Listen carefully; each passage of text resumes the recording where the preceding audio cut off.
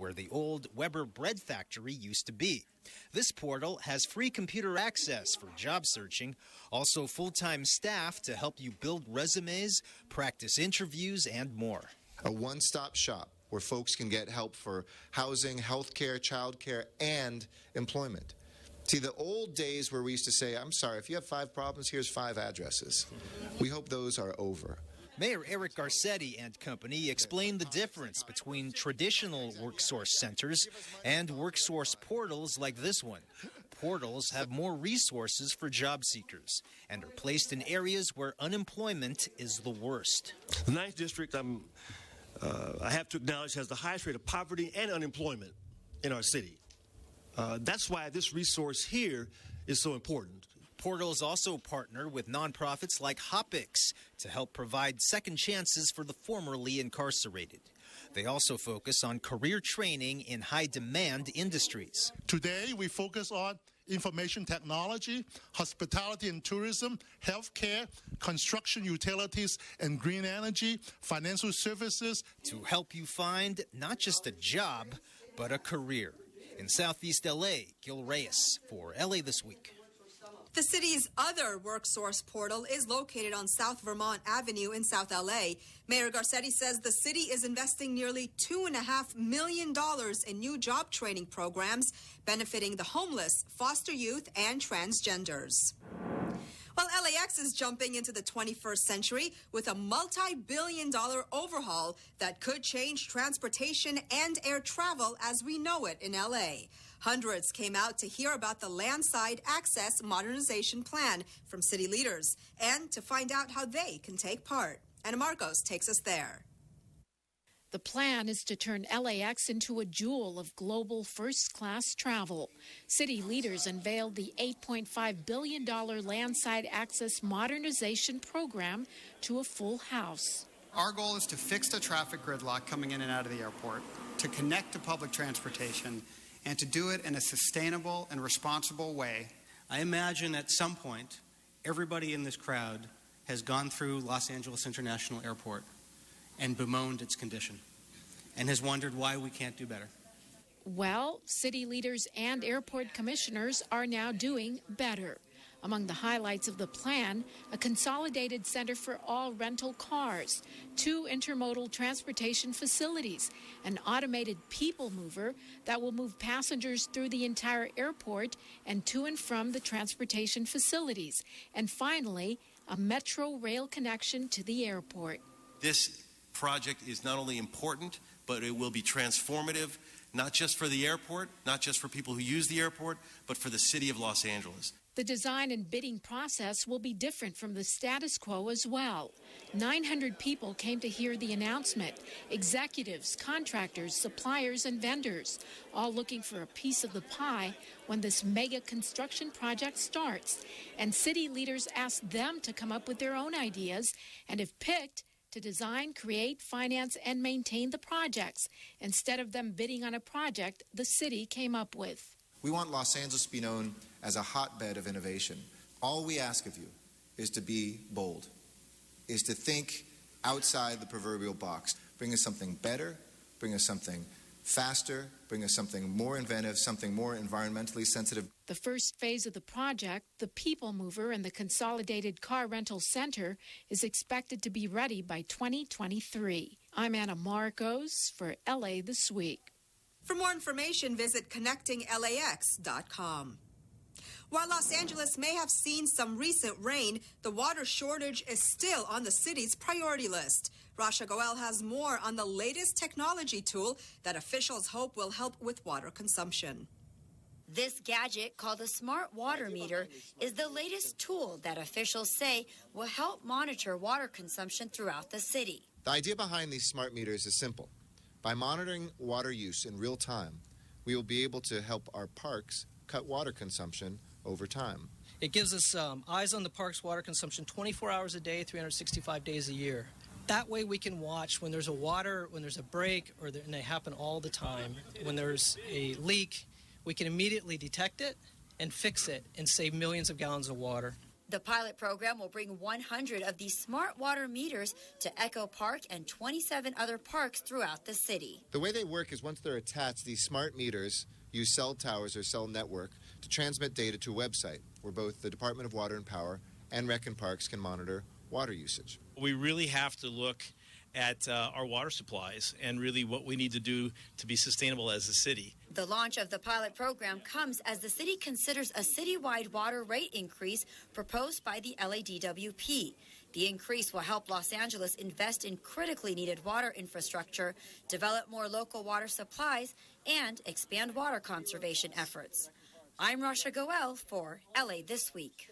The Recreation and Parks Department reported a 26% reduction in water use last year, which is enough water to serve 8,000 LA households for a year.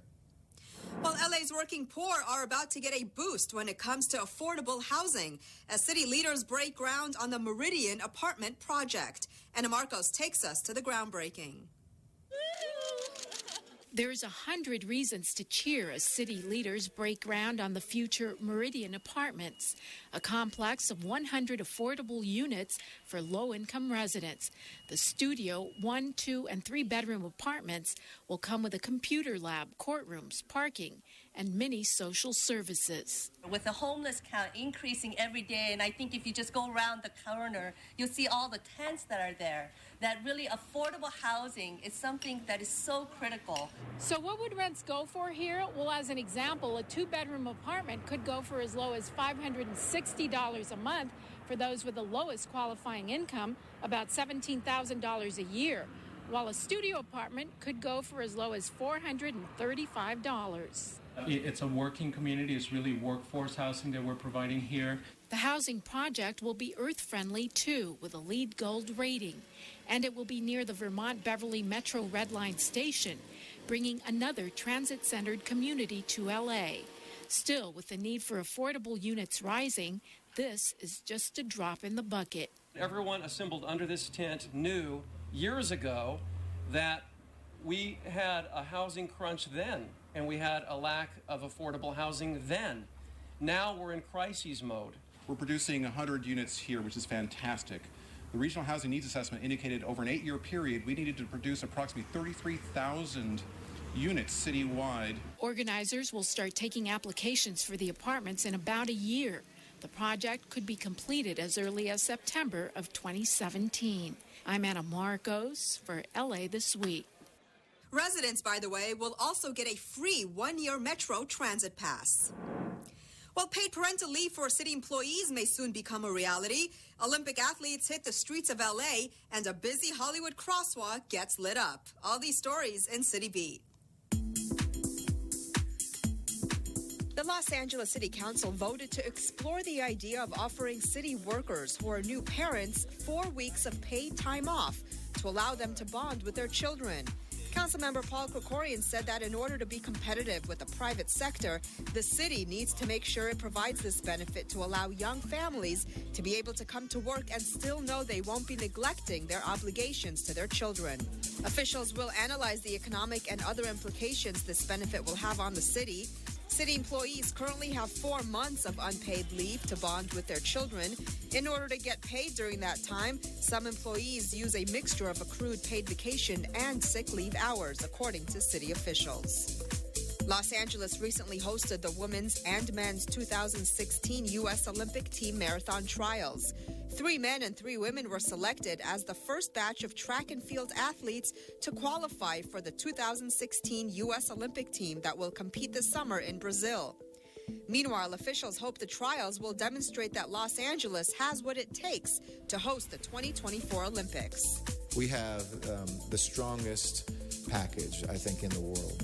Not only for a city that has followed the sun and continues to chase the dreams and innovation that defined who we are, but a town that probably is home to more Olympic athletes than any place on the face of the earth. Los Angeles City Council member Mitch O'Farrell, David Rue, and the Los Angeles Department of Transportation dedicated a newly installed traffic signal along Hollywood Boulevard and Lyman Place, which intersects Council Districts 4 and 13. Because, you know, pedestrian safety, public safety, doesn't know boundaries. The flashing yellow light will serve as an enhancement to the crosswalk already in place. The installation was part of the $6 million that the Los Angeles City Council allocated for traffic signal improvement projects in fiscal year 2014 and 15. The heavily used pedestrian crossing is the only one on the entire stretch of Hollywood from Hillhurst to Vermont. And even though it will help provide a safer crossing for those who visit and work in the commercial corridor, O'Farrell says pedestrians still need to be careful even when the lights are flashing. We still have to watch out because there are distracted drivers now more than ever. Just because they have a flashing light doesn't mean they're even going to see it. So I want to make sure that no one has a false sense of security that cars won't still drive recklessly. A community outreach program blends basketball skills with an empowering message for young students. Rasha Goel has more. That was the message these young students from Para los Niños Charter Elementary School received from some of the Harlem Globetrotters. First Puerto Rican Harlem Globetrotter El Gato Melendez, Bucket Blake, who holds a Guinness World Record for most basketball underhand half-court shots in 1 minute, and expert dunker Hacksaw Hall came out to teach kids about the ABCs of bullying prevention. The A in the ABCs of bullying prevention stands for action. Everybody say action! Action! Bucket Blake, who was bullied himself as a kid, shared some tips on how he was able to beat the bullies at their own game. I kept smiling. The bullies were calling me names and telling jokes about me. Actually, some of the jokes were funny, so I started laughing at myself. And they didn't like the fact that they couldn't make me sad. But when they started to walk up on me, I'd walk away and lead them right to the nearest teacher. This presentation was part of the Globetrotters' 90th anniversary. Reach to the kids is our main goal, to talk about ABCs of bullying prevention, bring them a good, positive message for them to use, not just in school, but also outside of school in the community and also at home. Officials tell me they have a very familial atmosphere here, and the parents are very well connected with the staff and students. And when it comes to bullying prevention, well, they try to troubleshoot the problem before it even starts. I think oftentimes it's more about educating the parents about what bullying is. I think oftentimes we see more the word being misused. So really about educating the parents, educating the children, and what they can do to prevent bullying. And for today, the Globetrotters hope that with their unique spin, stopping bullying for these kids will be a slam dunk. In downtown Los Angeles, I'm Rasha Goel for LA This Week. The Harlem Globetrotters continue their tour through the summer with shows in Europe and Canada. Well, the traffic's so bad, you want to get out of your car and walk sometimes. And West Side residents have had enough. As Gil Reyes reports, they're offering suggestions to end the gridlock on Sunset Boulevard in Brentwood. It's not as bad on weekends, but on weekdays, get ready to scream. Traffic on Sunset Boulevard near the 405 freeway in Brentwood. It's a soul-sucking experience for folks who live here. It can take folks over an hour to go a mile. And what we're looking for is a bunch of small solutions that together can add up to some relief. Westside Councilman Mike Bonin hosted this community gathering that drew some 200 Brentwood area residents. Among their tips to alleviate congestion, changing the timing on traffic signals, limiting turns, and activating tolls during peak hours. This is for a stretch of Sunset between Kenter Avenue and the 405.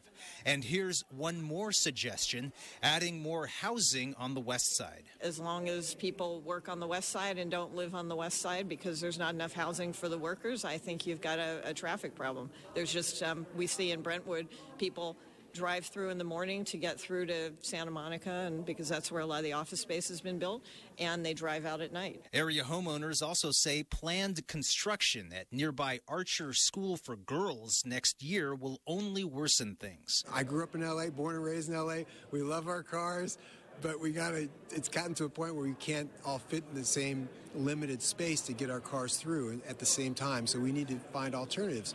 So it's biking opportunity, taking a bike down to the new train station and getting someplace, or taking a bus. Councilman Bonin says his office is putting together a progress report based on every suggestion and will report back to residents soon on possible implementation. For LA This Week, I'm Gil Reyes. That stretch of Sunset winds through UCLA, the Getty Center, and other upscale neighborhoods. Well, Boyle Heights is becoming more pedestrian-friendly thanks to a series of new traffic safety upgrades. Anita Bennett has the story. These Boyle Heights residents have a reason to cheer.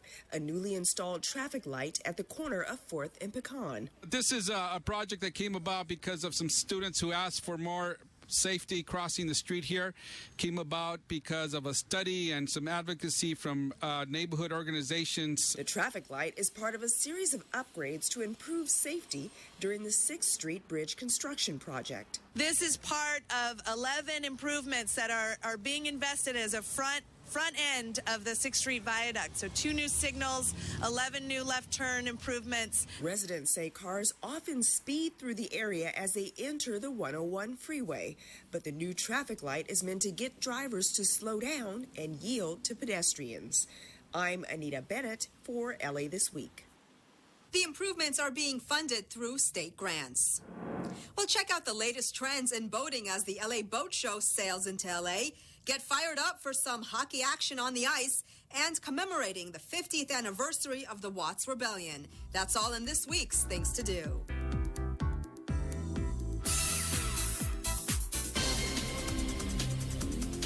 Celebrating 60 years as the best place to see and buy boats, the LA Boat Show is coming to the Los Angeles Convention Center. This event features hands-on training workshops, marine electronics and electronics pavilion, an interactive learning center, a new float-in theater, boating skills, virtual trainer, and a kids zone. Whether you're an expert boater or just curious, the LA Boat Show has something for everyone. The LA Convention Center Boat Show opens February 25th and runs through the 28th. It's on Saturday from 10 a.m. to 9 p.m. and on Sunday from 10 a.m. to 6 p.m. For more information, visit losangelesboatshow.com.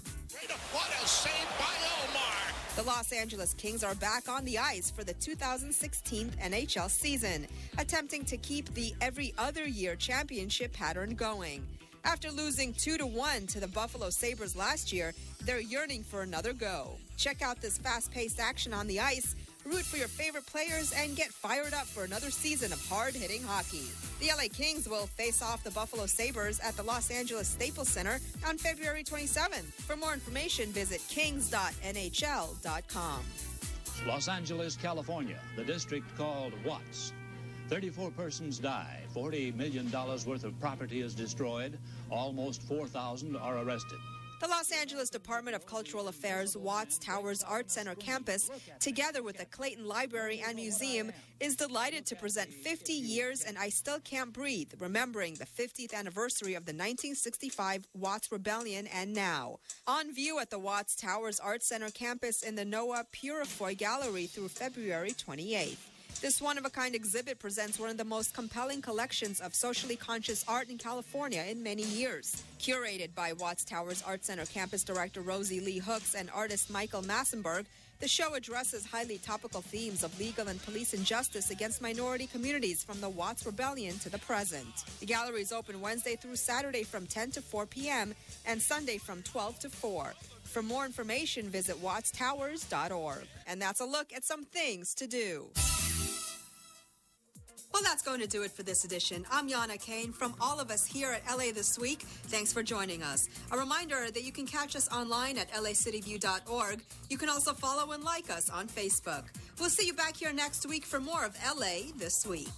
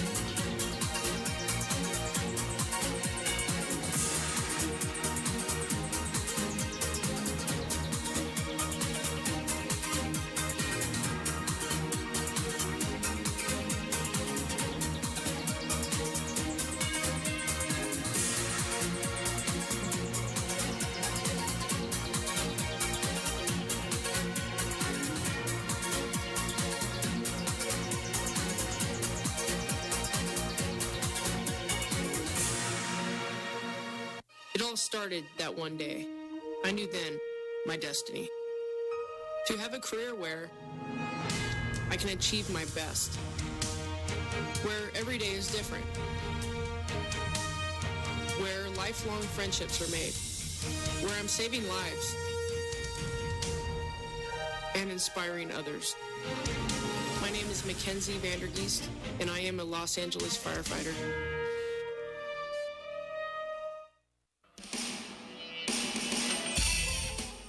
Hi, I'm Chris. I'm an Iyengar yoga teacher here in Los Angeles, and you're watching LA City View, Channel 35, Our City, Our Channel. Namaste.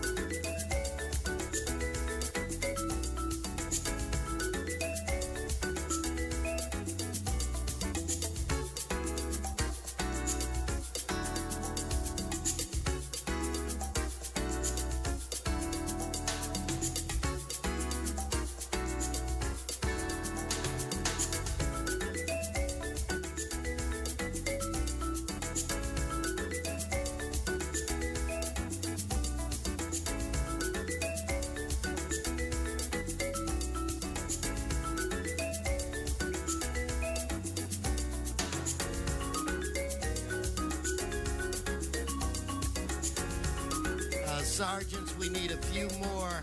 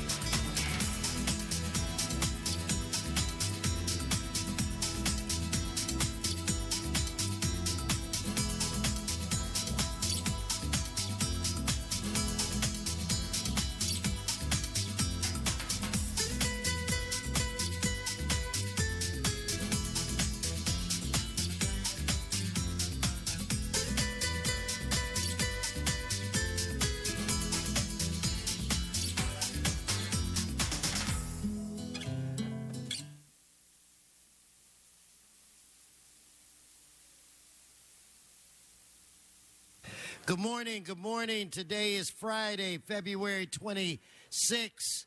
Welcome to your Los Angeles City Council. Please take a seat. Shh. Please take a seat so that we can begin our work for today.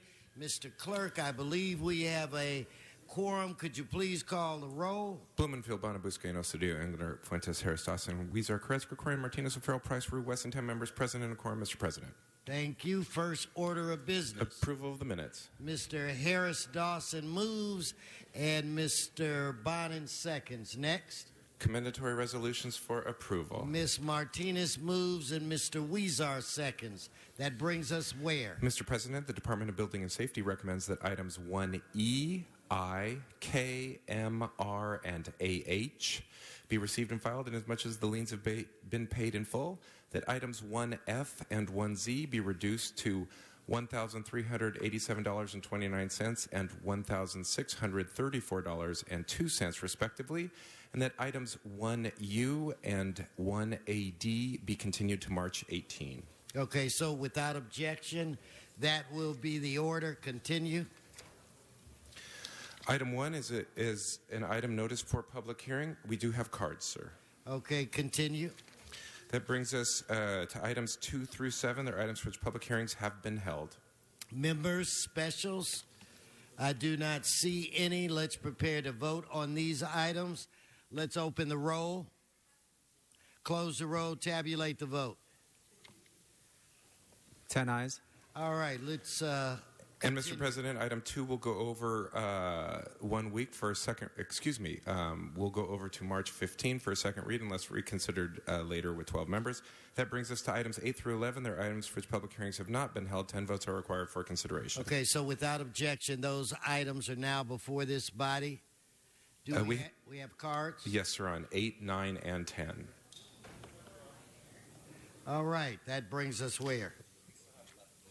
Let's vote on 11 then. Members, specials. Let's, on item 11, open the roll, close the roll, tabulate the vote. 10 ayes. Thank you, sir. Mr. Clerk, that brings us where? Mr. President, that brings council to presentations or items called special. Thank you.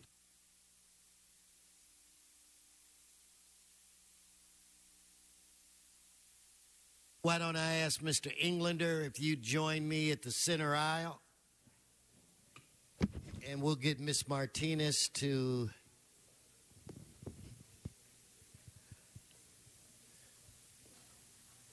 manage the president's chair.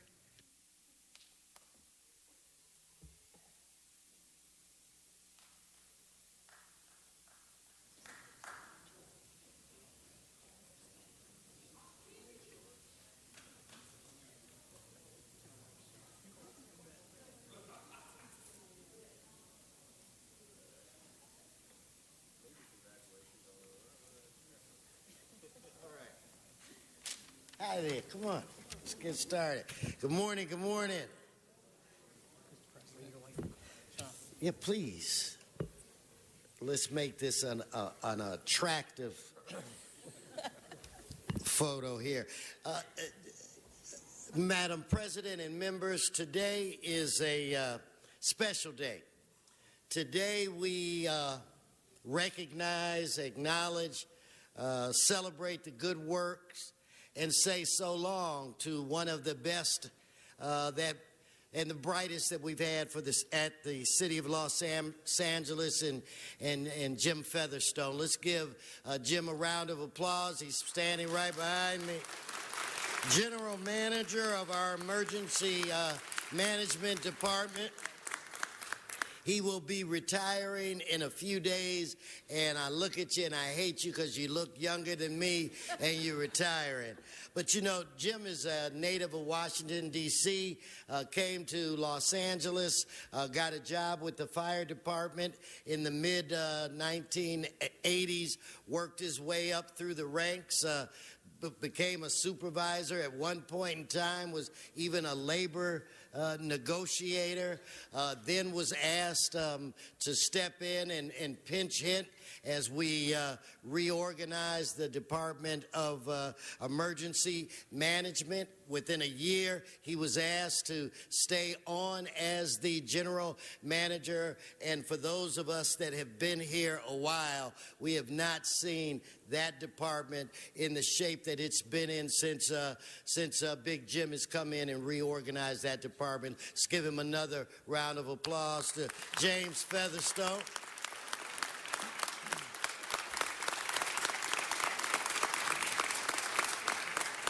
And so then a funny thing happened. I mean, we had like our fourth vacancy in a row where we were looking for a fire chief. So what did our new mayor do? He asked Mr. Featherstone if he would step in, hold the fort, and kind of reorganize some things. He did that. He did that with honor. And then we were fortunate enough to get him to return back to his normal post. And then all of a sudden I hear he's going to say so long. When you're a kid, all of us remember there was always one kid on the block that you would always try to pick to be on your team. There was always one kid that was good at just about everything that he and she did. And I submit to you that that is James Featherstone, one of the best utility people in the business. We are going to miss him at the city of Los Angeles because you could put him in just about any position and he would perform at an extremely high level. So Jim, I want to just say personally, it was an honor to work with you and to get to know you. I wish you and your wife success. I cannot believe that you are really retiring. So, when you get ready to leave, I want you to whisper in my ear and tell me exactly what the heck you're going to be doing. But you will be missed. You know, thank you for the service that you've given to this great city. At this time, I'd like to ask another individual who has worked extremely closely with you to come up and say a few words, and that's President Pro Tem of the Council, Mitch Englander. Thank you. Thank you very much. You know, it's bittersweet to think that Jim's leaving and going on to Bermuda shorts and margaritas, beachfront properties, traveling the world, but well earned. You think about the most important function that we have here in the city of Los Angeles, and that's to keep people safe, period. Then you think about keeping them safe in the worst disasters that you can fathom, in the worst emergencies, during the lowest times in people's lives. And then you got to think that we have to put somebody in charge before all of us to represent us and think about those contingency plans, the operation plans, preparing over 4 million people and all the businesses and all the visitors here for emergency preparedness. And then to think about the fact that we are, by far, bar none, the safest large city and the best prepared in the country. And then you think about who's responsible for that. Jim Featherstone has earned us that mark. And you think, with all the things that we go through, and in fact, my district, as many of you know, has been labeled the epicenter of disaster. I'm not sure that that's a good I'm not going to say anything. But we certainly see our fair share of disasters. Our annual fire season, you buy a home in CD12, it comes with marshmallows. We've had the Chatsworth train accident, which was the worst horrific train accident that we've ever seen, killing 25 people, injuring over 175 people, and preparing for that, and then the aftermath. The hardest part of an emergency is actually the recovery. Right now, we're dealing certainly with the Aliso Canyon gas leak, and Jim set up the center in our district to bring all those families not just home, but home safely. If you think about all the things we go through in planning, not just for emergencies, not just for perhaps the inevitable terrorist attack, but just all the good times too, from the Lakers parades and the Kings, all the things we have to anticipate for. Who's at the cornerstone of all that but Featherstone? He is the cornerstone and has been. Irreplaceable, bar none. He has set the bar high, and we are safe because of it. The programs that he's instituted working with us on the OK Help sign, that we know all of our neighbors are going to now have to be the first responders because we don't have enough to go around in the city in the event of the next major earthquake, and that's going to happen. He helps us prepare for that. And bringing neighborhood councils and community-based organizations and faith-based organizations together and thinking proactively how to reach out to them, get them search certified, working with the fire department. It's been Jim doing all that work, working with us. This is a big, big loss to all of us, make no mistake. He has really set the bar high, but he's put programs in place that will outlive him and all of us. And for that, I'm very grateful. Jim, congratulations to you and your wife. You've earned it. You've made us a better city and a better people and safer because of all of your work and your dedication, your devotion to the people of Los Angeles. And we say, congratulations. God bless you. Thank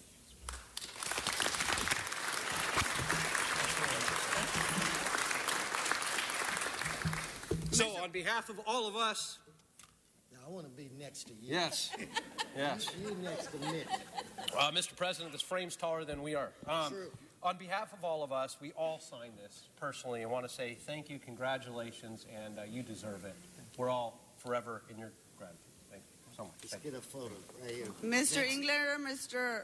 Weston, we have a few members on the queue. Here, let's put it down here. Otherwise, we're going to be cropped out of the thing.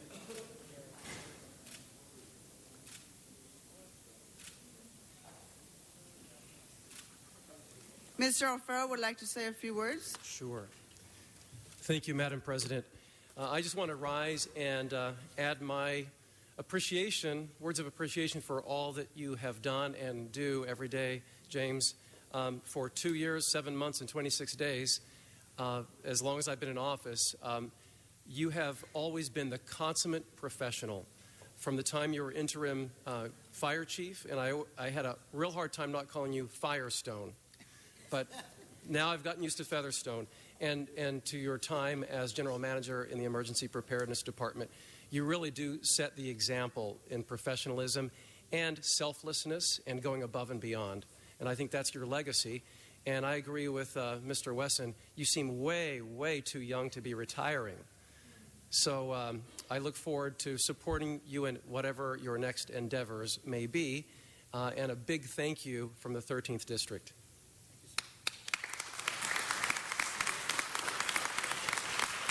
Mr. Blumenfield.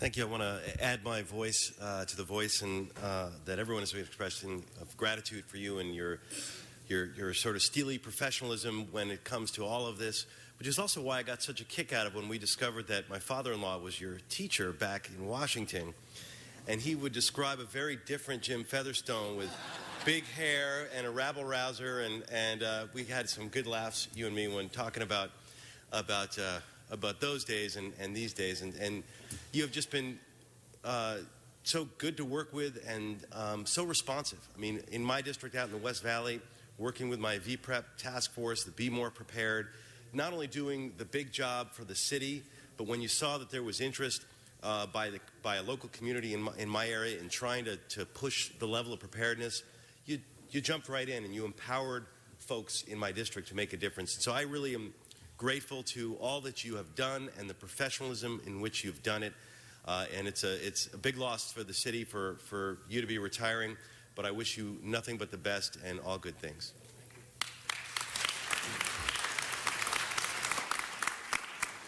Mr. Rue. Thank you, Madam Chair. Jim, I have mixed feelings. I'm so happy for you, your wife, and your family that Now you get to spend time on your own and do all the things that you want to do, but it's a tremendous loss for the city of Los Angeles. And as far as the emergency management department's involved, you're the only one I knew. You're the first person I met, when I got here, and you've just been nothing but helpful, nothing but professional, nothing but always there in light of potential crises and crises that have happened across the city. And I just really thank you for everything that you do. But knowing you, I'm sure you can't stay away too long. So I'm sure we'll find something for you to do. But thank you so much, and thank you for all your service to the city of Los Angeles. Mr. Bonin? Thank you, Madam President. Jim, congratulations. I'm happy for you. You actually do look a little bit younger than you did just a couple weeks ago. I've known you for a lot of years. I've known you when I was a staffer. I've known you as an elected official. I've known you wearing various different hats. But I have one particular memory that stands out, and that's November 1st, 2013, when we had the terrorist incident and the fatal shooting at Los Angeles International Airport. It was your first day, as I understand it, as I remember it anyway, as fire chief, as interim fire chief. What a hell of a first day it was. And I remember you that day at the airport, at the command center. There were a lot of folks, there were a lot of agencies, there was a lot of concern, there was a lot of confusion. You were calm, you were steely, you were steady, and you helped make sure that the city's response that day was smart and coordinated, and you made sure that cool heads prevailed all day. You were a credit to you and to the fire department and to the city of Los Angeles, and I just want to thank you so much for that day and for every other day that you've worked for the city of Los Angeles.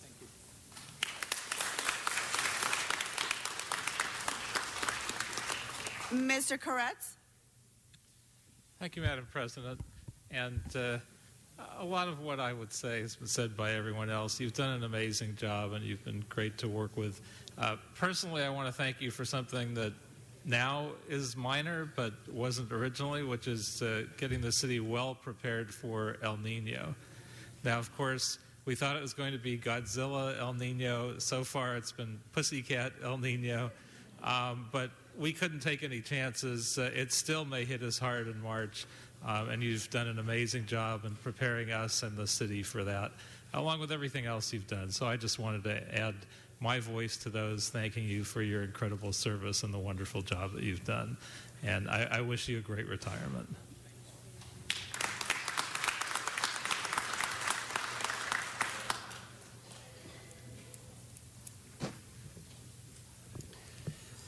Madam President, Mr. President, council member, the distinguished members of this body, I'm always humbled when I come before this group, because this group represents the people of the city of Los Angeles, who myself and my family have committed our lives to supporting and making safer for the last 3 decades.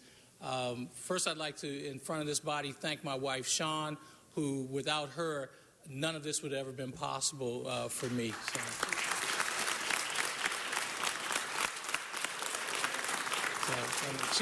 She is one of my strongest compass points, and she makes it so that every day for the last 30 years has been a labor of love for me. I have enjoyed coming to work this morning no less than I enjoyed the first day on duty in 1986 as a young recruit firefighter. So it's been my honor, my privilege, and my pleasure to serve the city of Los Angeles in a public safety capacity.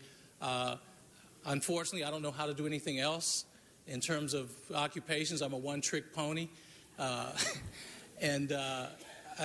Thank you for providing me the opportunity. A young kid from Southeast Washington, D.C., never have any aspirations or any thoughts of being able to stand before a body such as this and in a city as great as this, and to have had the last 30 years the opportunity to literally enjoy coming to work every day. And so that's a testament to government. That's a testament to the city of Los Angeles. And thank you for the very kind words. But I'd like to thank you for the opportunity to serve.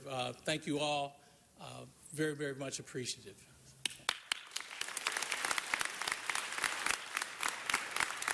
Mr. Featherstone, hold on for just a second. Mr. Price would like to also say a few words.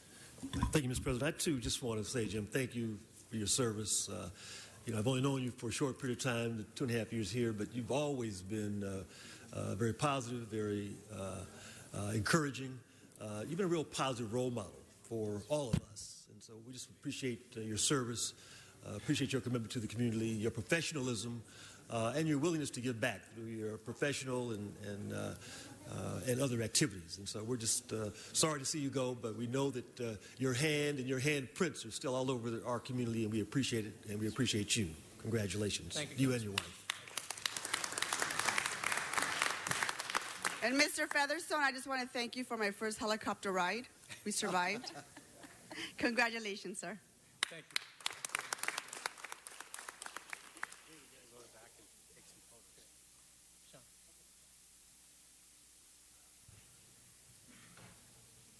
Mr. Harris Dawson, ready for your presentation?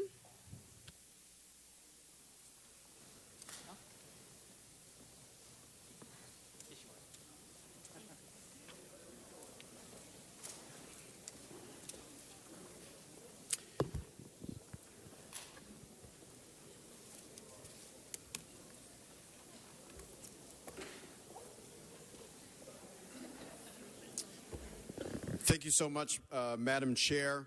As we continue up until the very last day, our celebration of African American History Month, I am proud to bring to our body this morning a celebration of city family members who are alumni of historically black colleges and universities. There are over 107 historically black colleges and universities throughout the nation. They are both private and public. The first historically black college or university to hand out degrees was the one and only Lincoln University. And it wasn't quite that year, but a little bit later, they gave a degree to our own president of the city council, Herb Wesson. We have a sweatshirt for him because we wanted him to fit in today. So we're going to ask him to come down and join us and receive his sweatshirt from Lincoln University. Let's give him a big round of applause.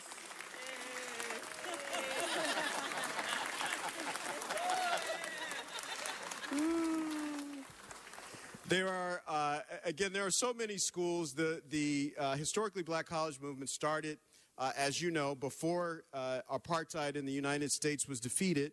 African Americans weren't allowed to go to the regular colleges and universities, and so the community said, we'll build our own. And we built our own, and we built them all over the country. And even after apartheid fell and we had integration, those institutions remain important institutions, and they're important to our city. Behind me, I think we had over 60 RSVPs for today, and there are folks from police and fire and engineering and ITA and the city attorney's office and general services, and almost every department in our city is staffed in one way or another by an alumni of historically black college or university. So let's give them a big round of applause. I'm gonna do something very very dangerous here. We asked everybody to wear their sweatshirts and their jackets to celebrate. And so we're going to try to do a little bit of a roll call. I'm probably going to get in trouble for this, but we're going to try it anyway. So let's see here. We've got Arkansas in Pine Bluff. We've got Clark Atlanta. I've got my own staff member, Bernard Dory, is a graduate of Clark Atlanta University. We've got Fisk, Grambling State, Florida A&M. We've got a big contingency from Hampton University in Virginia, a big contingency from Howard University and Howard Law School. My own staff member, Chanel Brown, is a graduate of Howard. We have Langston and Lincoln. We have Morris Brown, North Carolina Central University, Prairie View A&M, Shaw, Southern Tennessee State, Tuskegee, Xavier, Bennett College, Central State College, and we have Spelman College in Atlanta. And we have last but not least, in Atlanta, Georgia, the alma mater of Dr. Martin Luther King, Spike Lee, Atlanta Mayor Maynard Jackson, and your own 8th District Council member, Marquise Harris Dawson, and our Assembly member, Sebastian Ridley Thomas, the one and only Morehouse College.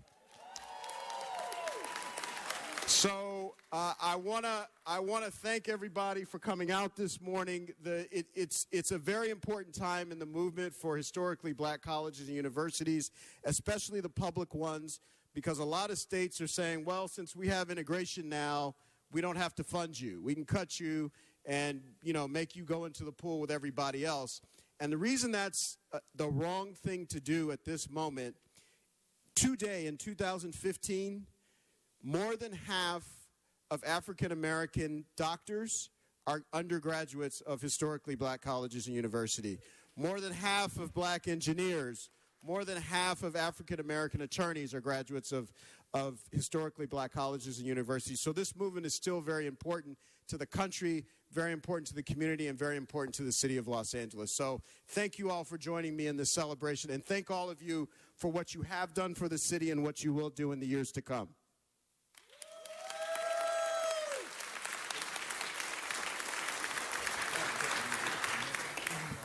Just quickly, I will say, I know I have another. I was at breakfast a few weeks ago with my wife, minding my business, and Marie Callender's, and all of a sudden I saw this tall dude. He kept staring at me all through breakfast. And I said, oh God, maybe he needs a tree trimmed or something. But from Wrecking Parks, I want my fellow Lincoln University. That's right. And I just want to say this, that to Mr. Harris Dawson, that I think this is very fitting that we are celebrating Black History Month, that you bring in institutions that have produced some of the best minds that this country has ever known. I want to say, where it relates to Lincoln University, my alma mater, that it changed my life. I would not be here if the professors did not take the time to force me. Because trust me, I did not go to college to learn, okay? But they forced me and changed my life. And then I heard a big scream where it related to Hampton. Right. Hampton's in the house. Right. Almost every other member of my family on my mother's side went to Hampton. So I got to give Hampton a shout out as well. But to all of you, thank you for all of the work that you provide for the city of Los Angeles. It's a great day. We should all be proud. And we should all show off our colors. God bless you all.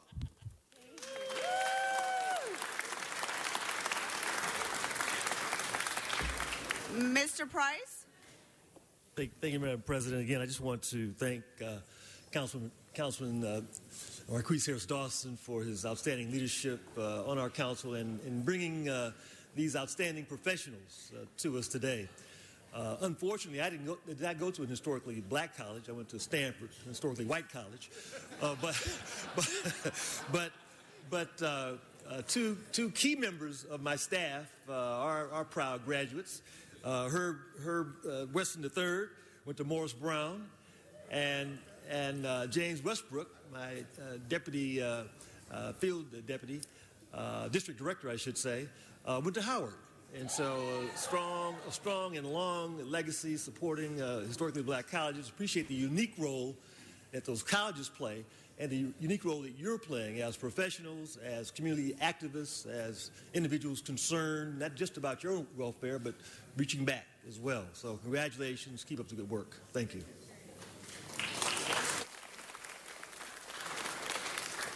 Thank you all so much. So we'll retire. I think we'll go the back way to the room to get some photos.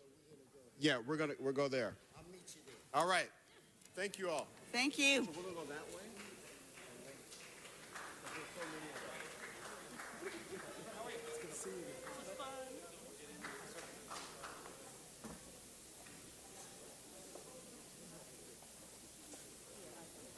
Mr. Koretz?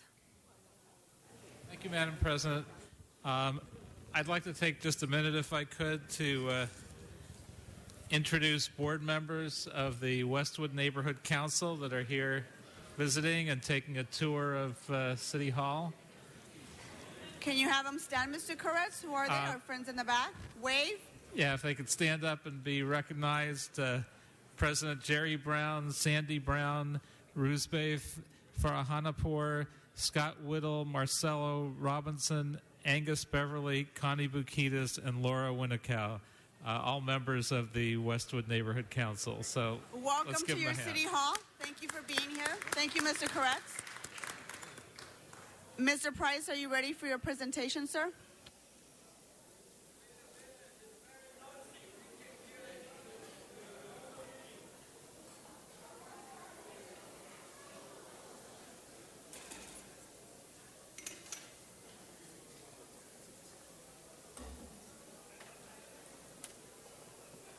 Thank you, Madam President. Before we begin, let me just give a shout out to the students from Santee are in the house. Santee High School. Santee High School, are you here? Don't be bashful. Welcome. Okay. Madam President, members, let me direct your attention to the screen. There's going to be a brief video before our presentation on the Youth Orchestra of Los Angeles. So we're currently preparing for the Super Bowl, which is really cool.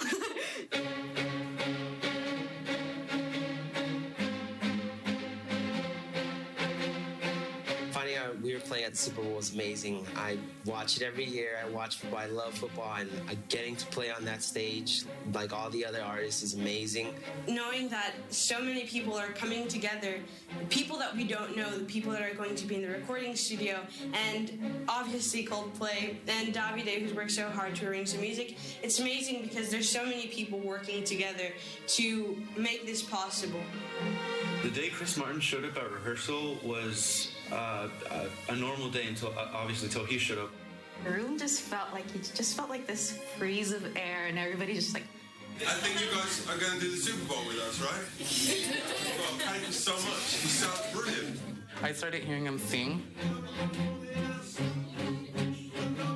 So then I got excited. So then I started playing more, excitedly and expressing my emotions through my instrument. And it feels really good to be performing with people and artists, amazing artists who believe in the same things that we do. Like a team spirit, you know? Just what your orchestra is. It's all of you combining to make something bigger than yourselves.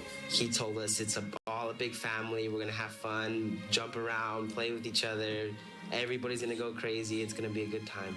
Playing music is really fun and stuff, but when you do it with passion, it's on a completely different level. Yeah. Forget about the football game. This is what people really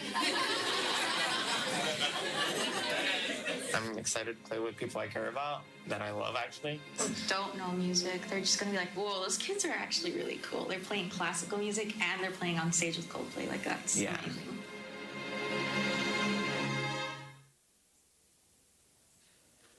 All right. Madam President, members, I'm proud to recognize the Youth Orchestra of LA, YOLA, with us today. They are an important project in Expo Park, Expo Center, located in Exposition Park. And their partnership with the LA Philharmonic has really generated some excitement and some real notoriety. Of course, you may have seen YOLA at the Super Bowl. They performed along with Beyonce, Coldplay, and others.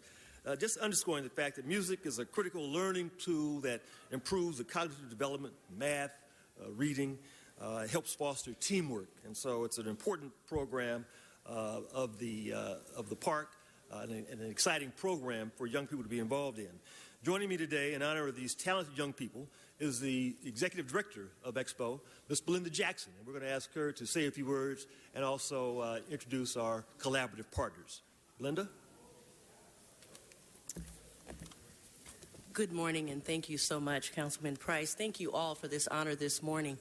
I know all of you saw the Super Bowl halftime show, because I know I was looking at it, and it was just awesome. I still can't believe it that our kids from South LA were on the screen there with Coldplay and Beyonce. It was just a time to remember. I know that this is something they will never, ever forget. I know I will never forget it.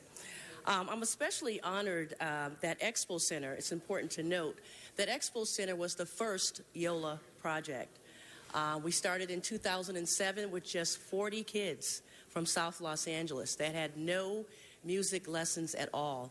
And now today we are at capacity with 300 kids. That's really some success. Thank you, thank you. I would like to thank all of my partners that are here with me today, because it's very important to note that this is a very, very successful partnership between the Los Angeles Philharmonic, the Friends of Expo Center, the Harmony Project. Continues to be such a wonderful, successful program. Let me first introduce our partners from the Harmony Project. We have Lenny Borston. Excuse me, I'm sorry. Hey, you're so short. That's why I missed you. We have Cynthia Rodriguez. She's representing the Harmony Project. And the Harmony Project, one of the things that they do, they recruit all the teaching artists. They provide on-site coordinator with Cynthia is the on-site coordinator. They manage all the music lessons, and they provide a host of supportive services for the families. And next, I'd like to introduce the Phil. We have Lenny Borstens, we have Gretchen Nielsen, and we also have Rebecca Siegel. And one of the things that they do a lot, first of all, they design the program, they provide financial support, which covers all the instruments, the conductor, a program manager. The Phil also creates wonderful opportunities for our youth to perform at a variety of venues like the Super Bowl, the Hollywood Bowl, just to name a few. Next, of course, we have the Friends of Expo Center. We're represented today. Julia, why don't you raise your hand, Julia? Julia Fuhrer, and we also have Stephen Smith Contreras, excuse me. And the Friends, first of all, the Friends of Expo are our nonprofit partner. They have raised millions of dollars over the years, but for this particular program, the Friends provide financial support for a wonderful after-school enrichment program, program manager, and opportunities for a summer paid internship. Now for Expo Center. Expo Center provides a program space for 300 participants. My staff also coordinates all the facility management required for all the music lessons, rehearsals, and special sessions. In addition, we have a host of full range of programs for the participants and their families. I also would like to introduce my staff person, Randy Kelly, the big guy right here. I do want to thank my staff as well, because this is a very, very innovative program. I want to thank them for embracing such a program, because this is not a program that is a program in our department, but it's a wonderful program for our community. Thank you again, Councilman Price. I also want to thank the council for your time, and thank you for all the great work that you do every day for the citizens of Los Angeles. Thank you.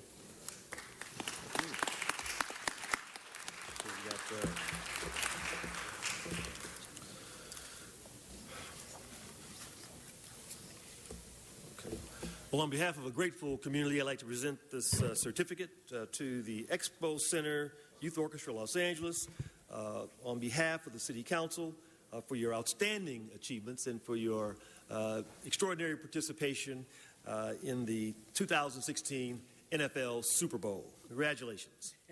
Thank you so much.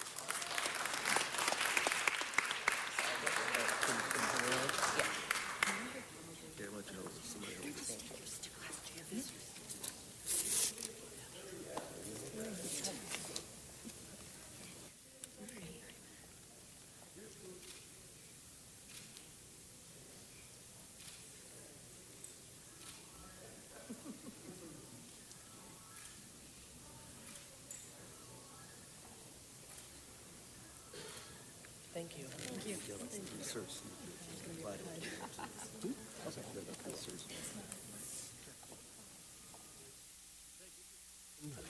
For Yola. Thank you, Mr. Price. Congratulations. Thank you. Madam President, members, as we conclude celebration of African American Heritage Month, I'm excited to recognize 5 jazz and blues legends who've made contributions, many contributions to the legacy of music internationally and right here in Los Angeles. More specifically, these legends have a real connection to Central Avenue, located in the 9th District. In partnership with Miss Linda Morgan of the Living Legend Foundation. Linda? And Living Legends, why don't you join us?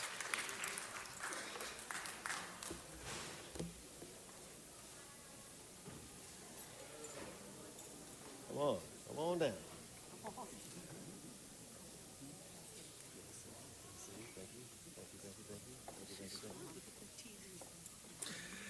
Our first honoree is John B. Williams. John was born in the Bronx, New York. His music was influenced by Latin, Caribbean, rhythm and blues arts of form. In 1969, adding classical music and electric sounds to his bass rhythm, John was recommended to be the musical director of The Tonight Show, starring Johnny Carson, where he grooved with the band for 7 years, 4 years in New York and 3 here in L.A. Over the years, John's added dramatic, socially conscious poetry and monologues to his music, giving birth to jazz theater, which continues to combine the two art forms of spoken word and jazz. John B. Williams, he's a real jazz legend.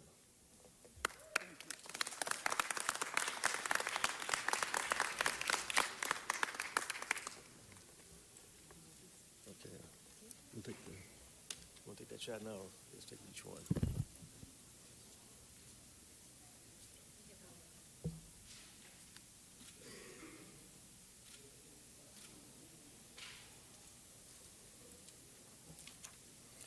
Our next honoree is Sweet Baby J.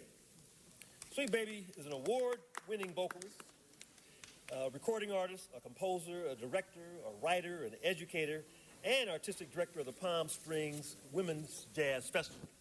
Although known for her energetic stage presence and powerful vocals, some critics describe her as a jazz singer, others as a blues singer.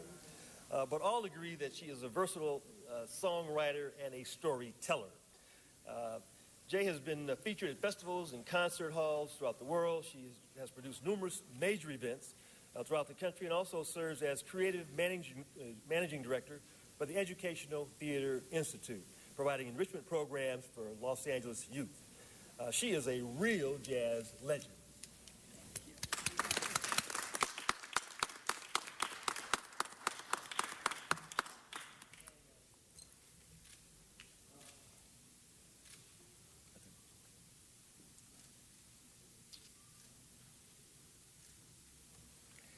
Our next honoree is Bubba Jackson. Bubba was born in Harlem, New York, where his mom introduced him to gospel, blues, and rhythm and blues. Bubba is well known and well liked as an award-winning radio and TV personality and a seasoned concert promoter. His festival experience includes the Prince Hall Shriners concert in L.A., the New York, the New Orleans and St. Louis Jazz Festivals, the Doheny Blues Festival, and the Central Avenue Jazz Festival, just to name a few. The LA Times calendar was quoted as saying that he is one of the best things about the drive time in LA is Bubba Jackson on KLON at 88.1. Bubba is a real jazz legend.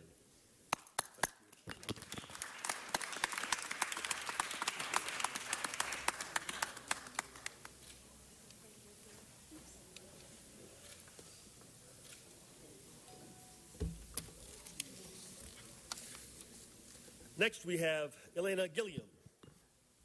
Elena, an astonishing jazz vocalist with a rare depth of natural talent. Her level of performance is widely applauded as being similar to jazz greats Sarah Vaughan, Ella Fitzgerald, Dinah Washington, and the like. Her extraordinary sound is indeed a treat for anyone who appreciates a true songstress.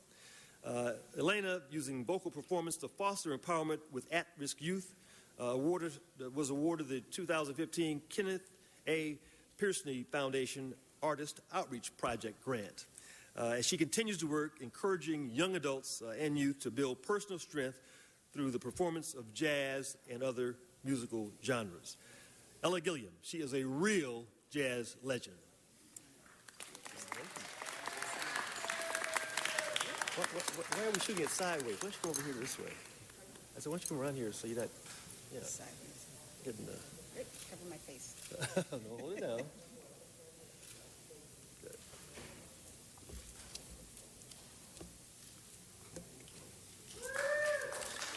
Okay, our final honoree is Sherry Pruitt.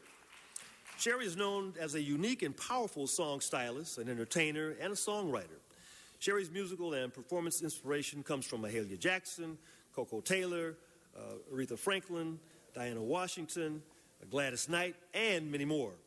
In 1974, she moved to California to pursue her career and take vocal coaching from Ronnie Hasley and the Evangeline Stewart. She has played many theaters from New York to L.A., has done sessions with the Cold Six Records, M5 Media, and is presently working with Future Tech Records. She is also collaborating with the Third Degree Blues Band and the Sherry Pruitt Blues Project Band and the All-Stars Blues Band. She is a real jazz legend. Thank you.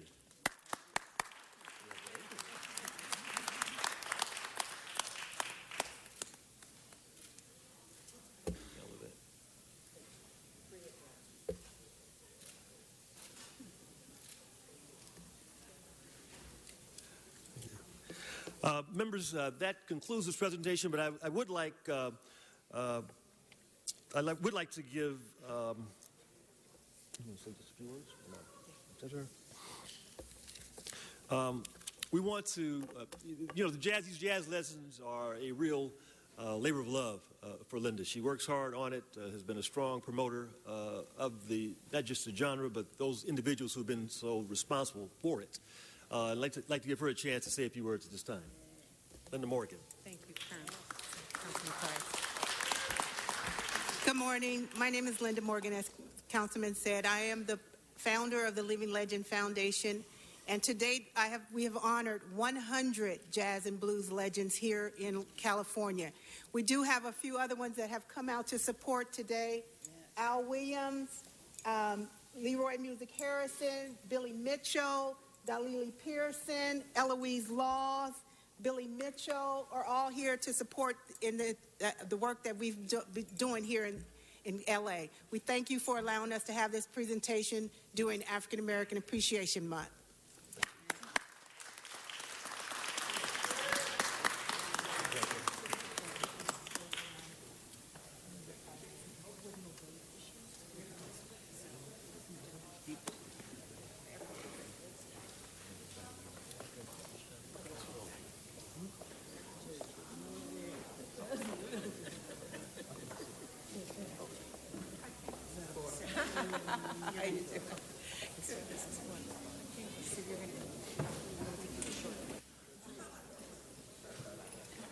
Mr. Clerk, let's move on to item 8. Madam President, that's item 8 called Special for Cards. Mr. Walsh, item 8, sir. Which one?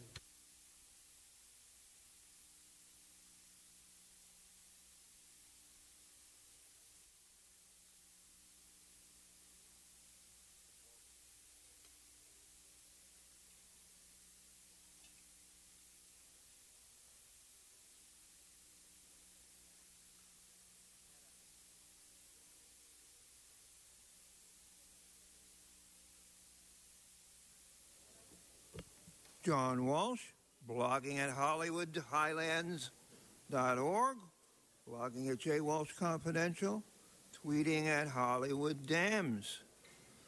Again, we have a black victim, Deontra LaJohn Gant Jr. June, that's how long it took them to come up with the reward, $50,000 for the arrest of whoever murdered Deontra LaJohn Gant I will add $3 million to the reward, and I'm not afraid of having to, for someone collecting, because as we know, you haven't had a black person murdered in this city with a reward on his or her head that you collected. HollywoodHighlands.org.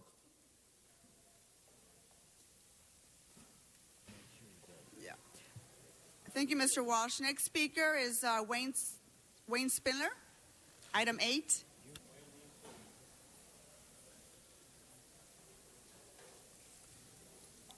The pig will address the council. Yes, I do not like these fucking awards. I've been watching Joe Buscaino for years, and all of these reserve officers, including the Englander, they You're do not go speaking out. on the item, Mr. Spindler. They should go out and find the killers. Why are they here? Get out, take a radio, and find the killers. Why do we need a reward? We need more police officers looking for killers. Take them off of patrol duty. Find the killers with the cops. Why are these sergeants here? They could be out looking for the killer. Instead, you're relying on the snitches who get stitches, who become police bitches. Do not trust the LAPD. Vote no on this item. And finally, to quote Little Boozy, fuck the police. Next speaker, Juan Alcala, item 8.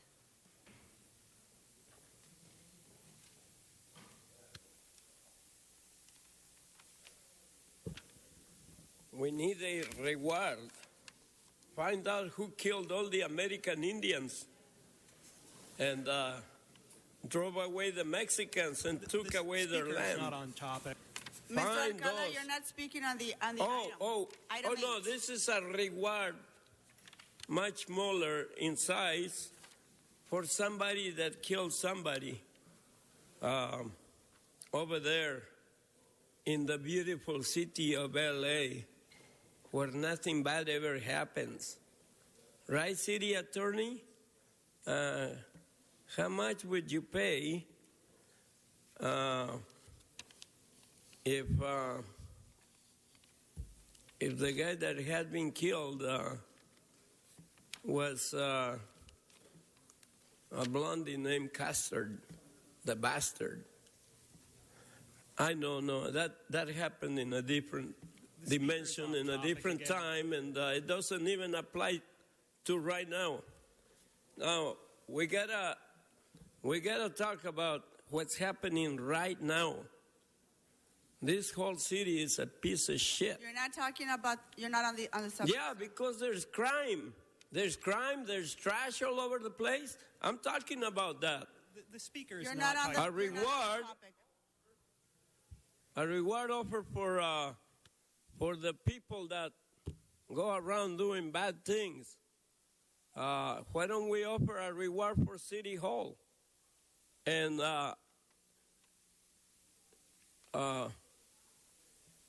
was just given another parking violation. Thank you, Mr. Alcala. You're not on the subject. Thank you, sir. That concludes cards on item 8. Mr. Clerk, let's open the roll. Close the roll. Tabulate the vote. 13 ayes. Okay, next item, item number 9. Item 9, called special for cards. Mr. Walsh.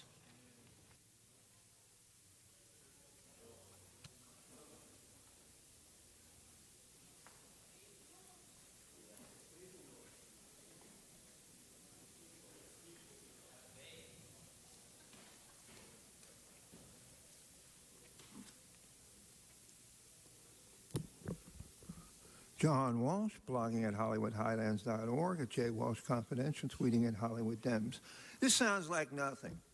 To vacate a portion of the alley west of Figueroa Street between Florence Avenue and 73rd. What does that mean? Somebody asked for it to be vacated.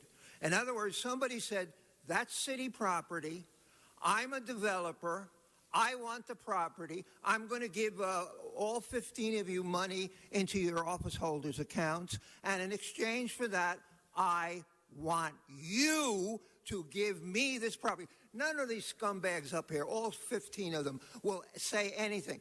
I'm asking you to tell me why you are vacating the property, who you're giving it to. Other cities do it, but this city does it out of control. Alley vacation. Remember, this property is worth millions of dollars, these properties. And instead of fixing your streets, especially in the black and Hispanic areas, they're giving this property away to who? To wealthy, white, and Chinese investors. If you're black, stay back. If you're brown, you can stay around. But if you're white or yellow, this city belongs to you. And blacks, get the hell out of the city. Get the hell out of the Oscars. Get the hell out. We're going to take over your whole neighborhood, tear it down, and move in rich Asians. Mr. Walsh, that's the plot. HollywoodHighlands.org. Wayne Spindler on item number 9.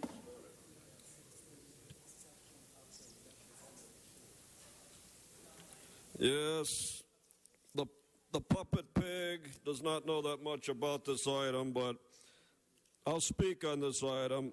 This is this fucking bullshit that you have called developer payoffs. And I'm really surprised that this is in CD 8. I thought we changed the direction of CD 8. I thought it's a new place. I thought it was like CD 4, like David Woo. I thought Marchese was going to be like that. I thought this was going to stop.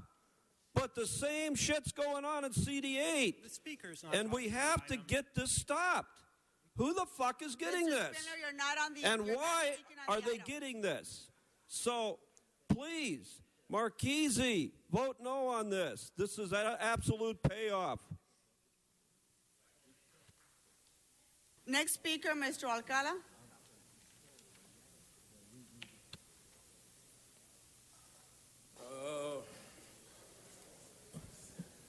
Instead of giving that all those payoffs to the developers, what you should do is give that money to the homeless, because they need a vacation from you assholes. This kind of vacation you're talking about, it's all about money. And the previous speakers were absolutely right. All you're interested is in money. Money, money, money for City Hall. What makes you think that you deserve the money? You're not speaking on the vacation, yeah. I'm talking about that damn vacation that you guys are going to take with the money the developers are going to give you. Yeah, that's the vacation you're going to get. I think you need a ticket to ride, so you invent a vacation of city streets and give them to the rich developers, because there is money to be made for City Hall employees. You bunch of crooked cockroaches. Thank you, Mr. Alcala. You're not speaking on the subject. That concludes cards on number 9. Let's open the row, close the row, and tabulate the vote. 13 ayes. Okay, Mr. Clerk, let's go to number 2 for reconsideration. Very good, Madam President. That would be item 2 to be reconsidered for 12 members. Okay, let's vote on reconsideration on item number 2. Let's open the row, close the row, and tabulate the vote. 13 ayes. That matter is now before you. Okay, let's open the row, close the row, and tabulate the vote. 13 ayes. Okay, very well. Let's move on to item number 10. Item 10, called special for cards. Wayne Spindler, item number 10.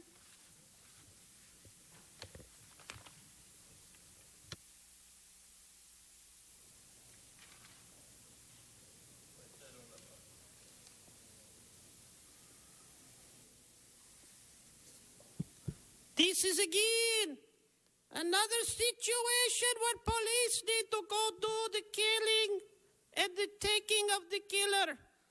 First of all, $50,000 for what? For a fucking snitch? That is not enough money. I hear a lot of things about the snitches that get these stitches of these rewards. Do not trust the police. Do not take the money, especially from these people. Now we need to get Officer Buscaino and Officer Englander off their fucking chairs and into the community to find the killer. They know who the killer is. You're not speaking on the item, sir?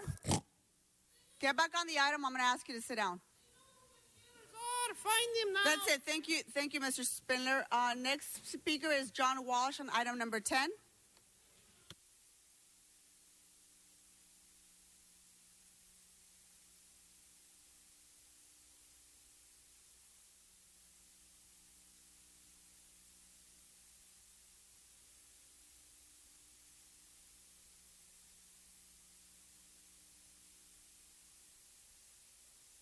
Blogging at HollywoodHighlands.org or J. Walsh Confidential, tweeting at Hollywood Dems. Again, another 6 months reward offer. And 6 months after that, if you said to me I could live until you caught Jamal Schwartz's murderer, I would accept it because I would live forever. You damn well know that this man was murdered in a gang thing. You collaborate with the gangs. You are on their side. Snitches get stitches. I want you to produce one black person in this city who will get up and say, if I had information about this murder, I would give it to you, and I would feel that you would protect me. Every black person in this state knows if they, and a lot of them have information, 40 or 50, if they give you information, they will be murdered. And then you'll have another reward. And if somebody does that and shot Schwartz's killer, it's on and on and on. This is a charade. It's bullshit. You know, and I want someone to get up here and tell me how many rewards you have given out to gang killers for arresting and prosecuting a gang killer in the past 10 years. And I'll tell you what it is. 0. 0 is the number. And still you play this little game because you're on your knees sucking off the gangs, all 15 of you. Thank you, Mr. Walsh. The next speaker is Juan Alcala. Mr. Alcala, you have 1 minute left. I know. And please stick to the item, please. More than enough time to offer a reward for the hairpiece worn by Donald Trump. I'm offering a $50,000 reward whoever gets the hairpiece that Donald Trump wears. You're not on the subject, sir. Thank you. No. The subject is a reward for another snitches get stitches kind of situation where nobody is going to come forward to claim anything because they're more afraid of the police than they're afraid of other community members. The biggest gang is the police. We all know that. As Mr. Lee Baca, who's headed over to jail. Thank you, Mr. Alcala. You're done. You're not on the subject. Thank you. That concludes cards on item number 10. Mr. Clerk, let's open the roll, close the row, and tabulate the vote. 12 ayes. That item passes. Mr. Clerk, let's move on to our special meeting. Very good, Madam President. Blumenfield, Bonner, Buscaino, Sodillo, Englander, Fuentes, Harris, Dawson, Weezer, Carrez, Corian, Martinez, O'Farrell, Price, Rue, Wesson, 12 members present. Item 12 is an item for which a public hearing has been held. There is an amending motion. That's item 12A. It has been circulated and is now before council for its consideration. Okay, without objection, that item's before us. Are there any cards on this item? Yes, ma'am.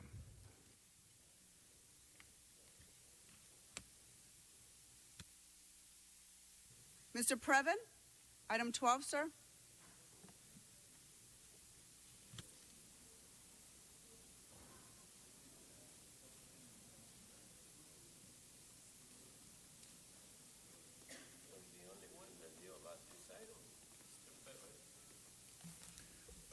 It's Eric Previn from CD2. Good morning, Council. What is the amending motion? City Attorney?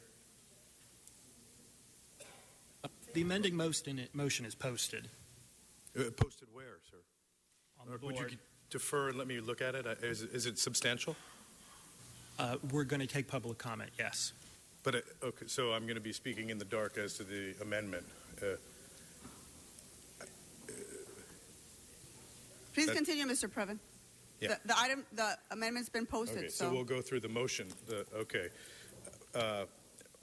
So this is a sort of the issue of our time. This has to deal with affordable housing and the housing authority and such, and this is involving a number of pipeline projects. One in particular we are going to be called the King 1101 project. We're going to be asking for or providing $2.18 million in additional tax credits. These are a number of projects all in this item together that were passed up north to get additional funding, and they did not make it. There's a lot of competition for these projects. This is difficult work to qualify because there's a lot of competition statewide. I think these are probably worthy projects. The other one called Path Metro Villas 1 is also seeking an additional, I think, 9% tax credit. And they're being recommended by our group to be gussied up for better consideration next time. These were both approved in the 2015. You know, I would applaud the board on the council rather on this effort. This is a difficult task. But it speaks a little bit to how mired we are, because all in, I believe this touches on approximately 400 units for affordable and low-cost housing.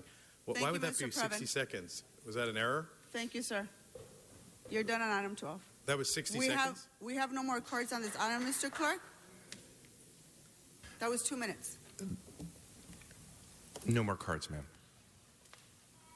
Let's open the roll, close the roll, and tabulate the vote. 11 ayes. There's an urgent forthwith on this item, so we need to vote on that as well. So urgent forthwith on item number 12. Let's open the roll, close the roll, and tabulate the vote. 11 ayes. Okay, Mr. Clerk, what's next? Madam President, would you like to adjourn the special and return to the regular? Yeah, let's adjourn the special meeting and return to our regular meeting. Very, very good. That brings us to item number 1, called Special for Cards. Madam President, before doing so, there have been requests to continue items 1AJ, B, D, H, Q, AB, and AG to March 29, as well as requests to continue items 1V, A, C, N, O, AE, and AA to March 18. Okay, without objection, that will be the order. Let's move on to cards. Mr. Walsh, on item 1.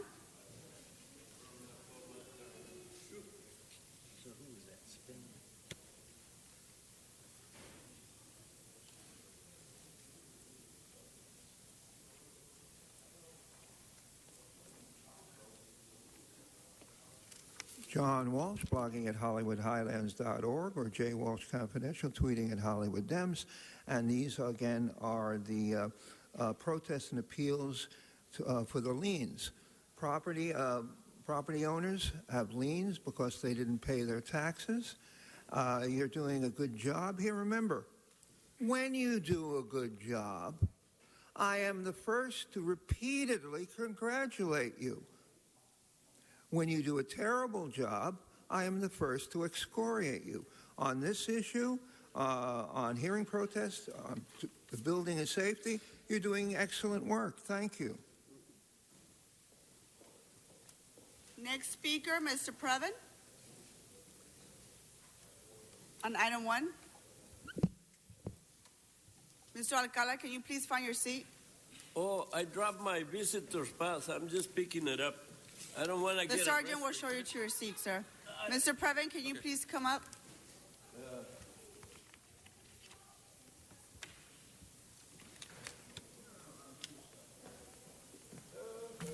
Yes, it's Eric Previn from CD2. And for the record, there's an additional $2.050 million from that last item that was added and will be apparently reimbursed, but it doesn't say by whom.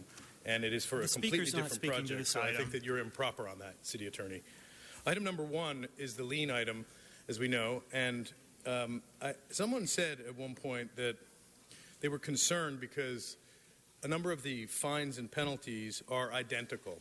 So that, for example, in today's agenda, there are, I believe there's about 6 items that each have a penalty of $1,288.56. And so that might be because they all had the same violation and it was exactly the same amount of time, so that would make sense.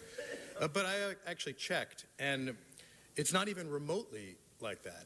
It is wildly divergent cases that all have arrived at the exact same price. One in Mr. Englander's district, CD12, where there was someone being penalized for having open storage on their property and trash around, which obviously in 2011.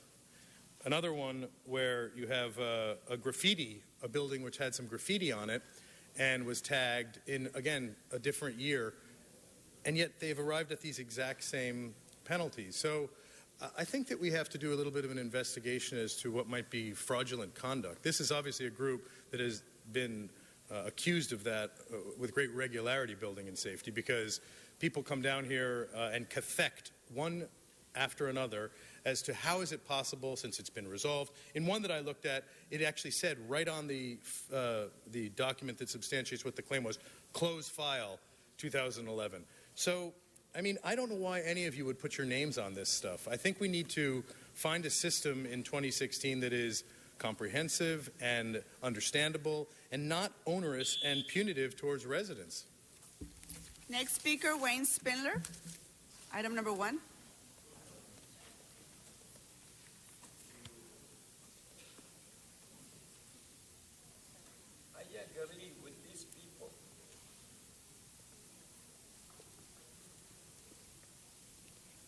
Back in the hood on item 1 with a hood.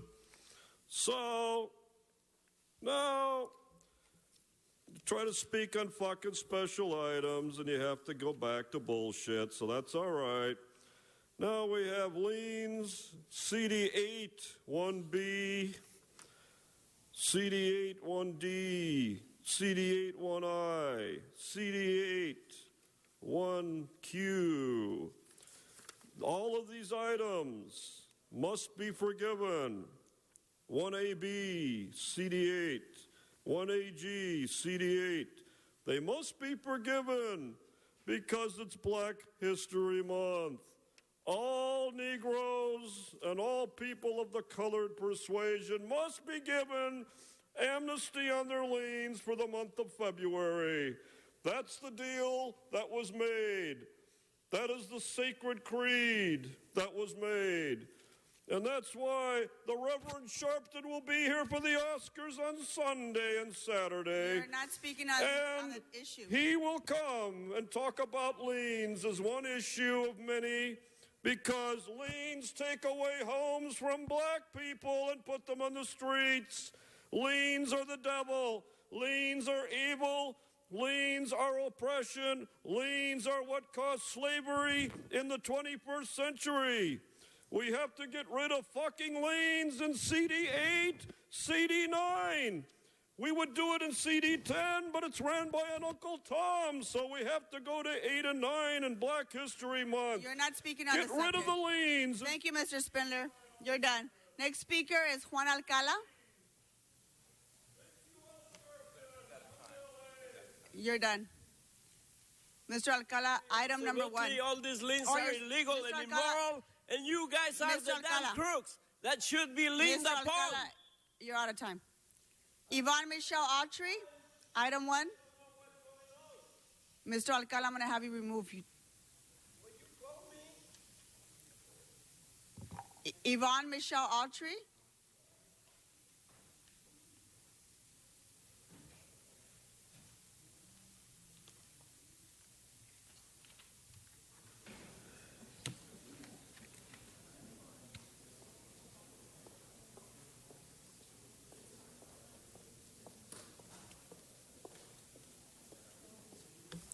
Well, I still find that there seem to be double standards, and the fact that there have been no black nominations really, for me, personifies the type of white society that You are not speaking on the topic. This is I'm item about number 1. to. I still, having a history of land real estate owners in my family, dealing with liens and dealing with assessment of property taxes, it still appears to me as if black people and people of color, economically challenged people, but especially I would say black people are predisposed to even a greater taxation than the middle class, mainstream white constituency, especially, of course, the Jewish people.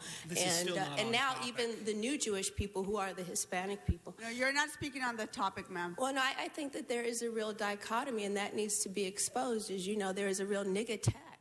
Yeah, where black people You're not are still speaking taxed on the topic. more Thank so you. than white people. Thank you, you're done. You're not speaking on the topic. But Thank you it very is. much. It's just something you you can don't sit down. want on the record. That concludes You can't tell cards me for to this sit item. down, bitch. Mr. Clerk.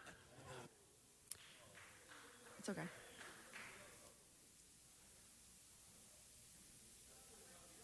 Sit down.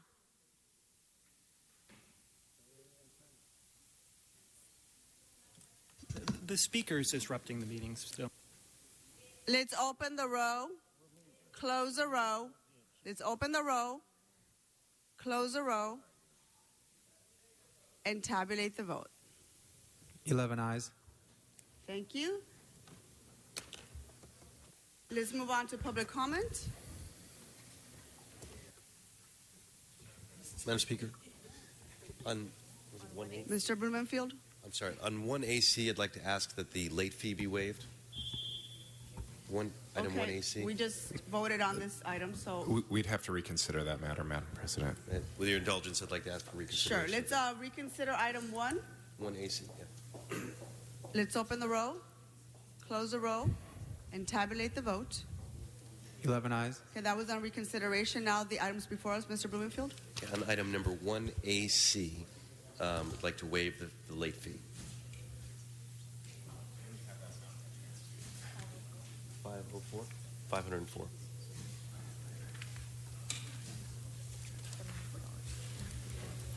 And that would be $504.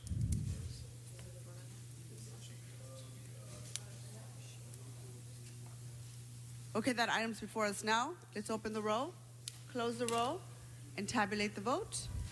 11 ayes. Okay, very well. Thank you. Let's now move on to public comment.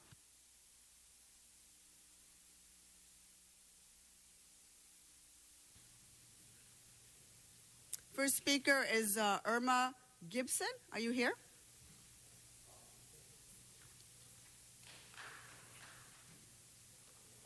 Good morning, Councilman. Good morning.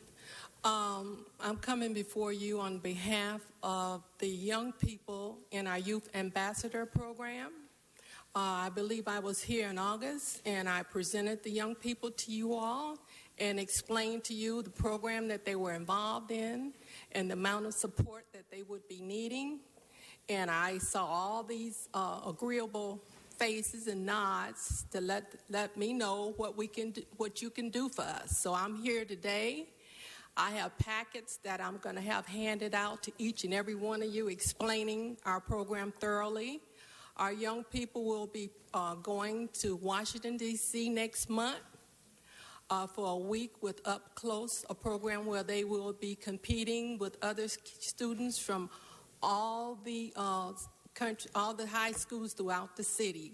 And I would like them to go representative with your support in any way possible. I have passed out packets, and I hope that you look at them and take them into serious consideration. Thank you for giving me the time to speak. Will do. Thank you very much for coming. Okay. The next speaker is John Walsh, followed by Eric Previn and Wayne Spindler.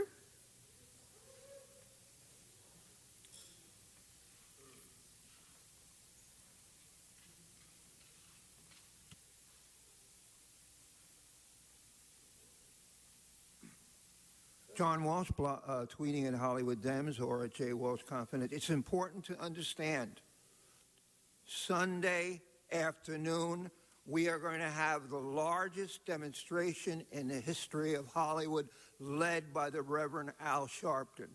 Please show up at 2 p.m.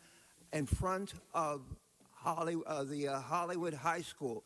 That's 1 block south of where the Oscar is going to be. It's at Highland and Sunset. When the crowd gathers, there will be 15 or 20,000, and then when we are told, we will descend on the Oscar cast, where the mayor and all of you will be inside being protected by white cops and white-spirited cops. Remember, 2 p.m. this Sunday in front of Hollywood High at Sunset and Highland Avenue. Next speaker, Mr. Previn, followed by Wayne Spindler. Yes, it's Eric Previn from CD2, and the jig is up, Mr. Wesson. There's going to be no more violating public speakers in this hall, and the city attorney, Mike Fuhr, who is currently running for office again, I guess, needs to step forward. I have spoken with the district attorney. This behavior is, A, unsupportable, but B, it erodes the basic feeling that the people who have elected all of you are being handled even close to appropriately. And I realize that you've done everything in your power to whip up a kind of confusion as to what's really happening in this room. But it's clear, and it is over. It is over. The 4 officers who frog marched me out the other day need to provide their numbers today so that when I do meet with Chief Beck about instructing cops to break people's rights right in front of them and others on a regular basis, that will be brought to an end, okay? So it's over. Thank you for your interest. Thank you, Mr. Previn. Next speaker, Wayne Spindler, followed by Juan Alcala.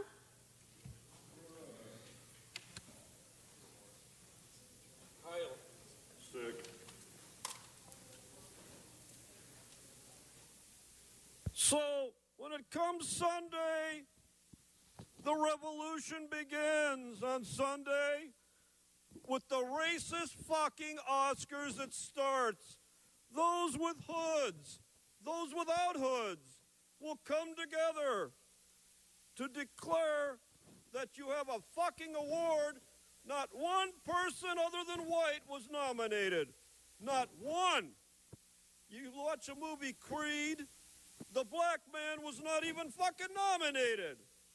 How is that possible? Because LA is an apartheid city. This fucking place is ran by apartheid. And now at 2 o'clock, come, join the Reverend Sharpton, lead the march. Go into the Oscars, take over. 1964 style, take this fucking city back from these motherfucking racists. Nick, can you please be quiet, ma'am? The audience member is disrupting the meeting. I'm going to have you removed, ma'am. I need you to be quiet. The next speaker is Juan Alcala. I've been patiently waiting, and Mr. Spindler, he's completely right. This city is overtaken by white supremacist pigs that go around giving parking violations. Who the hell ever voted for a parking for a parking law. The city has just taken it upon itself to violate the people over and over and over every day. Who the fuck gave government the authority to take more and more money from people that barely have any money? What the hell is wrong with you fucking Nazis? Why? Why? Why are you doing this to people? Correct. Go back to over there, you know. They kick your ass out of Germany. You know what I mean? Thank you, Mr. Alcala. Next speaker, Yvonne Michelle Autry.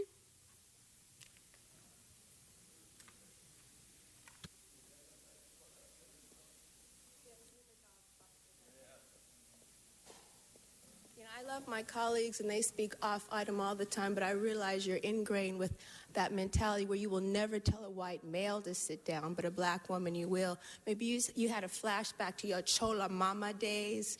You know, again, this is America. My people built this country, not yours. I don't have any racist problems, with Latinos or Latinas, but people like you, I do. You don't have a right to tell me to sit down. You've never said that to Wayne Spindler because he's a white male. Yeah, and that's deeply ingrained in your mentality. But first of all, what I'd like to say is that for those that have engineered this society, namely the Zionist Jewish people, Mormons, those that have the money, again, I'm not going to accept my reparations in the form of homelessness. You say that we have too much, so you come and take it, damaging everything that we have. And these are Jewish people hiring a Mexican maintenance man to put holes in my clothes. I'm not going to be in the streets so vampires, cannibals, pedophiles, pimps can exploit me. So. Thank you, Ms. Autry. Have a great weekend. Thank you very much. That concludes public comments. Members, are there any announcements? Mr. Buscaino. Thank you. The LA waterfront is on the move, colleagues, and this Saturday, LA's newest and greenest brewery is opening. Brewery West, Mr. Weezar. Amazing craft beer. We'll head down one of these days, head down there. Brewery West at Crafted at the Port of Los Angeles. This Saturday, I was just telling Mr. Bonner and Mr. Blumenfield, amazing coverage from the LA Times, LA Weekly. We'll be opening on Saturday from noon to 9 p.m. Food trucks, entertainment from our local San Pedro bands. 110 East 22nd Street, Warehouse 9 at Crafted. Everyone is welcome. Thank you, Madam President. Any other announcements? Mr. Blumenfield? Mr. Rue? Mr. Price? Mr. Clerk, let's post and refer all the motions. Okay. Any adjourning motions? Can we please rise? Mr. Koretz. Thank you, Madam President. In January, we lost Jean Cordova to cancer, and she was a great champion for LGBT rights and causes. She attended high school in La Puente and then entered the Immaculate Heart of Mary Convent. She went on to get her bachelor's degree in social welfare from UCLA and her master's in social work from UCLA. She was a leader in many ways in the LGBT community. She founded and published the Lesbian Tide. She started the gay and lesbian community Yellow Pages, which was very significant, especially back in the day. She was the LA chapter president of the Daughters of Bilitis and originated the first national lesbian conference, which took place at UCLA in the 70s, as well as a number of other key conferences.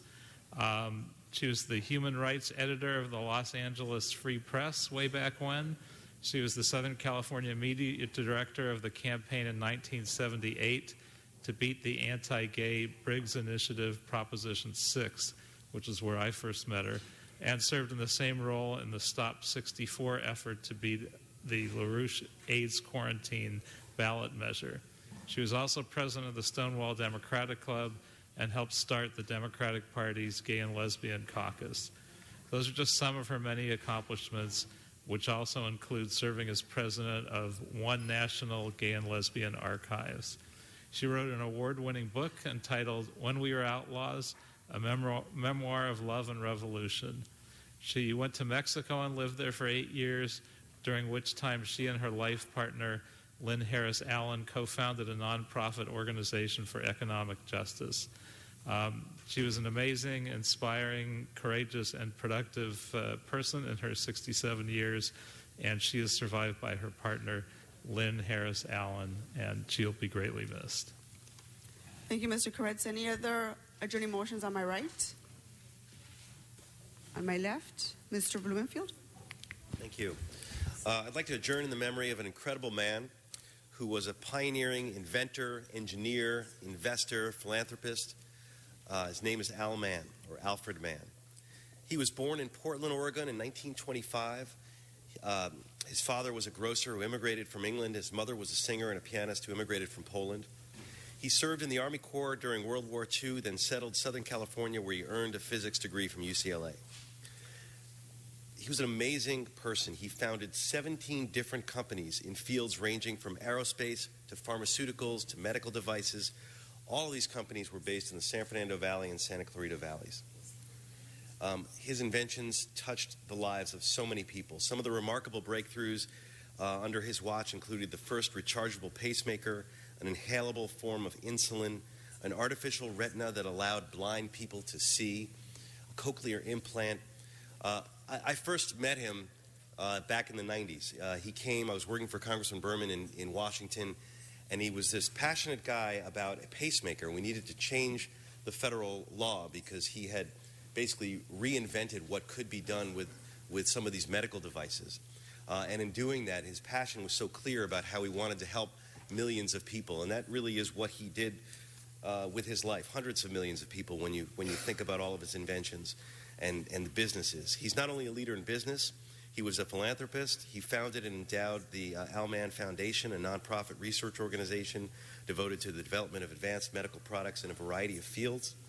He also established the Al Mann Institute for Biomedical Engineering at USC as a nonprofit organization to bridge the gap between biomedical invention and the creation of commercially successful medical products to improve lives.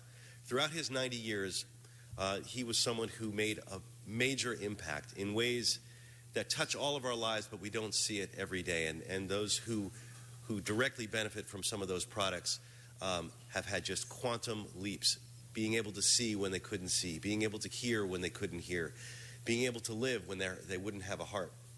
So with that, I ask that we adjourn in his memory. Thank you. May he rest in peace. Thank you, Mr. Blumenfield. Any other adjourning motions? Seeing none, Mr. Clerk, can you please schedule all of today's Rule 16 motions for Tuesday, March 1st? Okay, this meeting is adjourned. Thank you.